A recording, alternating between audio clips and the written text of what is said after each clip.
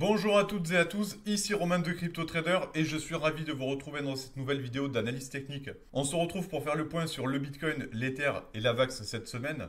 Nous allons voir que nous avons des changements comme vous pouvez déjà le voir à l'écran. Je vous propose d'analyser tout ça et c'est tout de suite.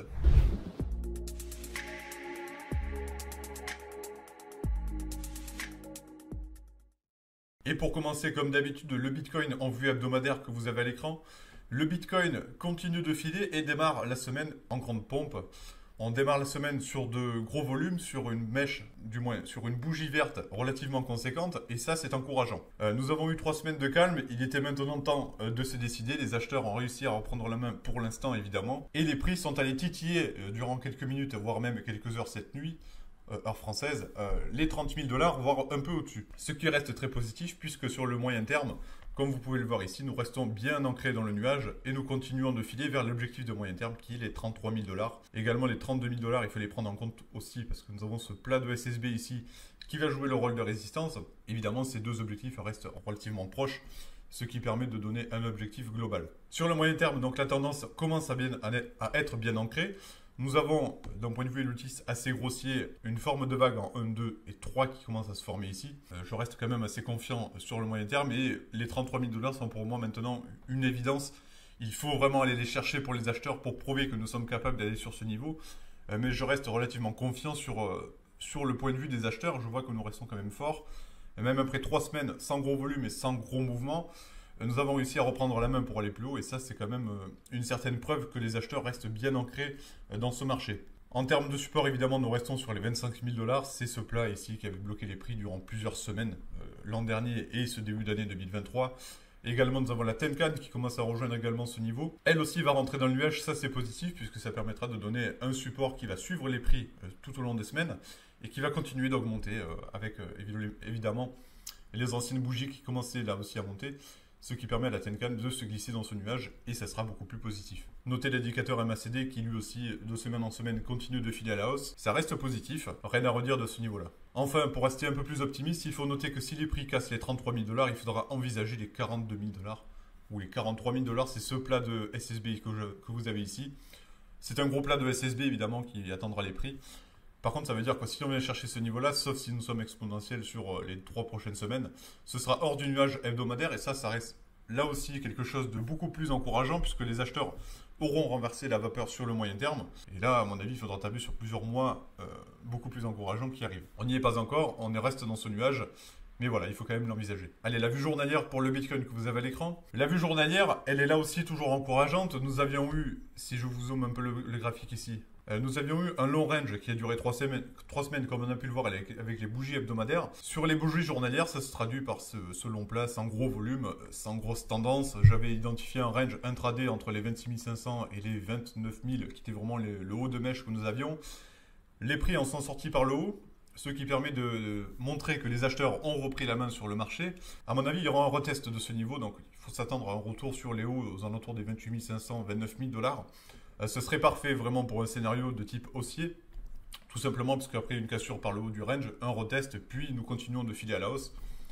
C'est le scénario idéal, c'est un cas d'école. J'aimerais que ça se produise évidemment. À mon avis, si les prix restent vraiment sur une forte hausse, on pourrait ne pas avoir de retest évidemment. Ça c'est le marché qui décidera. Mais voilà, il faut quand même envisager ce scénario, c'est-à-dire un repli sur la zone des 29 000 $ avant de vraiment filer pour de bon vers l'objectif de moyen terme des 33 000 $. Sur le court terme, je vous ai identifié ici une extension de Fibonacci qui permet d'avoir des cibles théoriques. Et donc ces cibles théoriques ont relativement été bien atteintes durant les différentes hausses que nous avions eues. Et là aujourd'hui, nous testons les 100% de Fibonacci donc de cette extension sur les 30 000 $. Là aussi, c'est une cible technique qui a été atteinte, d'où le scénario que j'envisage d'un retracement sur ce niveau. Nous avons atteint un niveau technique. Les acheteurs prennent des bénéfices. Nous avons un retracement technique qui va opérer pour, pourquoi pas, aller beaucoup plus haut et les 33 000 $, donc qui seront la prochaine cible. Notez la Tenkan journalière qui, elle, continue de suivre les prix à la hausse, donc là, ça sera les 28 700 $ à surveiller. Et la Kijun journalière qui, elle aussi, continue de filer. Attention, lorsque celle-ci monte, ce n'est pas forcément un gros support. Un réel support de la Kijun, c'est un plat ici que vous avez. Donc ça sera plutôt de la zone des 24 300 $, mais ça me paraît beaucoup plus lointain maintenant pour les prix. Il faudrait vraiment un gros retournement baissier et une grosse reprise du marché de la part des vendeurs. Pour l'instant, ce n'est vraiment pas le cas. J'identifierai plus les 25 000 dollars sur le court terme également en termes de gros supports. On a ce nuage qui continue d'augmenter et un peu plus se renforcer, ça aussi c'est positif. Donc la tendance haussière reste très bien ancrée sur le court terme. Et pour terminer avec l'extension de Fibonacci, pour rêver un peu plus, nous avons l'extension ici des 1,61, donc qui est une extension très souvent atteinte et très souvent testée par les prix. Évidemment, ce sont des théories, mais avec le Bitcoin, tout reste possible. Sur le court terme, nous avons les 40 000 dollars ou les 39 122 dollars qui commencent à se dessiner. C'est la prochaine cible technique. Si les prix arrivent à casser, évidemment, les 100%, ce sera les 161,8% à atteindre. Donc sur le court terme, on reste très haussier. Je reste quand même très confiant pour le Bitcoin. Allez, zoom sur Ether en vue hebdomadaire. Ether, c'est un peu la même sauce, mais le Bitcoin garde la main sur le marché. Donc, nous avons quand même une dominance qui reste très solide et qui, elle, sort du haut du range. Donc, le scénario d'une halte saison est pour l'instant repoussé. Le Bitcoin garde vraiment la main et donc la capitalisation du marché pour lui. Il n'y a vraiment pas de cadeau pour le moment. Et ça vaut également pour Ether, comme on peut le voir ici, avec des bougies beaucoup moins conséquentes et surtout donc un marché qui reste un peu plus attentiste par rapport au Bitcoin. Nous sommes rentrés dans le nuage hebdomadaire. Pour l'instant, ça c'est très positif. Ça permet de nous ancrer dans celui-ci et donc d'envisager des cibles un peu plus haussières, comme je vous l'avais dit la semaine précédente, donc les 2220 dollars, qui sont toujours valables ici. C'est le plat de Kijun et le plat de SSB que j'attends vraiment au tournant, puisque c'est un gros niveau technique où, à mon avis, les acheteurs risquent de buter. Ou tout simplement, les acheteurs sont vraiment très forts et arrivent à casser ce niveau sans forcer, ce qui serait absolument magnifique et ce qui nous permettrait d'envisager par la suite les 3000 dollars, donc ce niveau, là aussi, de ce long plat de SSB, plutôt la zone des 2880 dollars. Envisagé pour la suite. Le support de court terme vaut également pour du moyen terme. C'est le plat ici que vous avez, donc des 1700 dollars. C'est l'ancien bas de mèche de l'année dernière, de mai 2022. Notez la lagging span hebdomadaire qui va entrer en contact avec la Kijun ici. Ça, c'est un gros test. On peut être refoulé sur ce niveau par la lagging span et donc glisser, au moins pour cette semaine, sur ce niveau. J'attendrai vraiment une sortie par ici de la lagging span pour être un peu plus confiant, pour aller chercher les 2220 dollars. C'est pour moi la seule grosse zone technique à surveiller, avec notamment les hauts de mèche que vous avez à 2000 dollars. Mais ça, c'est une résistance de court terme. Allez, la vue journalière avec Ether, donc c'est ce que je vous disais tout à l'heure. Nous avons l'objectif de court terme des 2035 dollars qui est toujours valable. Pour moi, on est vraiment apte à aller le chercher. L'Ether a l'incapacité, maintenant que celui-ci s'est dégagé de cette zone de turbulence, entre guillemets. La zone de turbulence, c'était les 1700 dollars. C'était cette zone ici où les prix n'arrivaient pas à sortir par le haut. Et nous avions réussi à nous en dépatouiller, malgré le fait que nous avions peu de volume. A l'inverse, le Bitcoin avait cassé les 25 000 dollars avec franchise, sans même retester ce niveau, et filé vers les 28 000 et 29 000 dollars. Là, Ether a eu besoin de beaucoup plus de jours, c'est-à-dire que nous avions eu un retest qui a suivi durant la semaine, avant de réellement s'envoler, et de sortir par le haut du range intraday qu'il avait formé il y a maintenant 2 semaines. Depuis, les prix continuent de s'envoler. On reste bloqué par une zone technique de très court terme. Vraiment, ça reste de l'intraday aux alentours des 1900 dollars. Attention à ce double top qui est en train de se former. J'aimerais vraiment continuer de filer. Je voudrais que les prix cassent là aussi cette résistance pour aller chercher les 2000 dollars qui, pour moi, reste une évidence entre guillemets, même si le marché fait ce qu'il a envie. Techniquement, ça reste réellement possible pour Ether d'aller chercher 2000 dollars. On n'est plus vraiment très loin. Il a les capacités et pour moi, l'Ether reste vraiment très haussier sur le court terme. Le support, je voulais évoquer, donc c'est les 1700 dollars. Par la suite, nous aurons les plats de Kijun et de SSB, plus le ratio de Fibonacci. Donc là, autant vous dire que c'est un point pivot relativement important sur la zone des 1605 dollars. Et pour terminer cette vidéo, la revue de AVAX que je trouvais très intéressante de analyser, tout simplement, puisque nous avons des mouvements sur le court terme qui sont à surveiller et nous avons un potentiel signal haussier qui est en train de se dessiner. Et donc, je voulais vous le passer en revue. Sur le moyen terme, AVAX reste relativement calme. Nous avons ces bougies qui restent relativement petites. On est dans un range compris entre les 14,75 et les 23,6 dollars. C'est pour moi une zone assez étendue, mais qui permet au prix d'osciller entre ces deux niveaux. Nous avions eu une frayeur ici, donc une continuation baissière, mais les prix ont réussi à renverser la vapeur.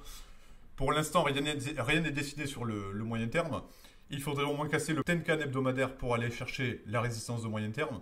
Identifié là aussi par cette même Tenkan qui avait formé un long plat ici, on peut le voir, et qui pour moi risque de bloquer les prix à nouveau. Évidemment, si on casse la Tenkan ici, ce sera un retour vers le nuage. Pour l'instant, ce nuage reste très épais, c'est un peu comme le Bitcoin il y a quelques semaines. Il faut rentrer dedans, mais après la messe n'est pas dite, il faudra que les acheteurs continuent de faire leurs preuves vers les 40 dollars au moins sur le moyen terme.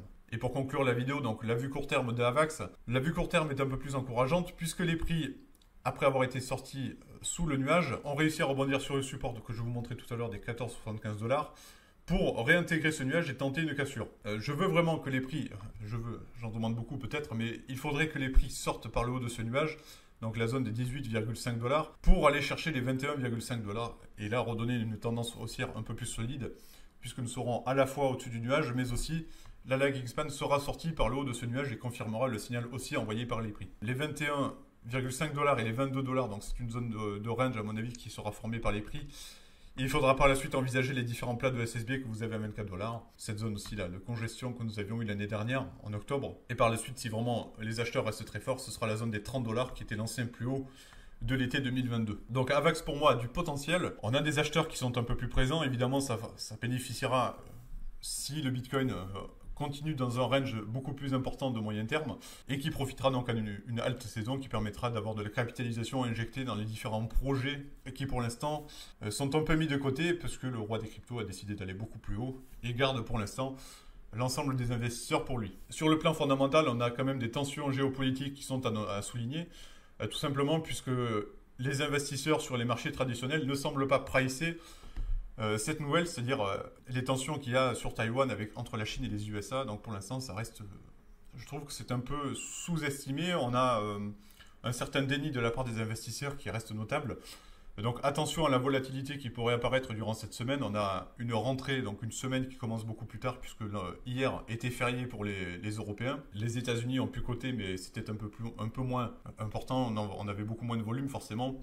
À mon avis, cette semaine va être un peu volatile, il faudra la surveiller. Je vous propose de nous retrouver la semaine prochaine pour faire le bilan de cette semaine. Je vous souhaite à tous une très belle semaine tout de même. Prenez soin de vous et à la semaine prochaine.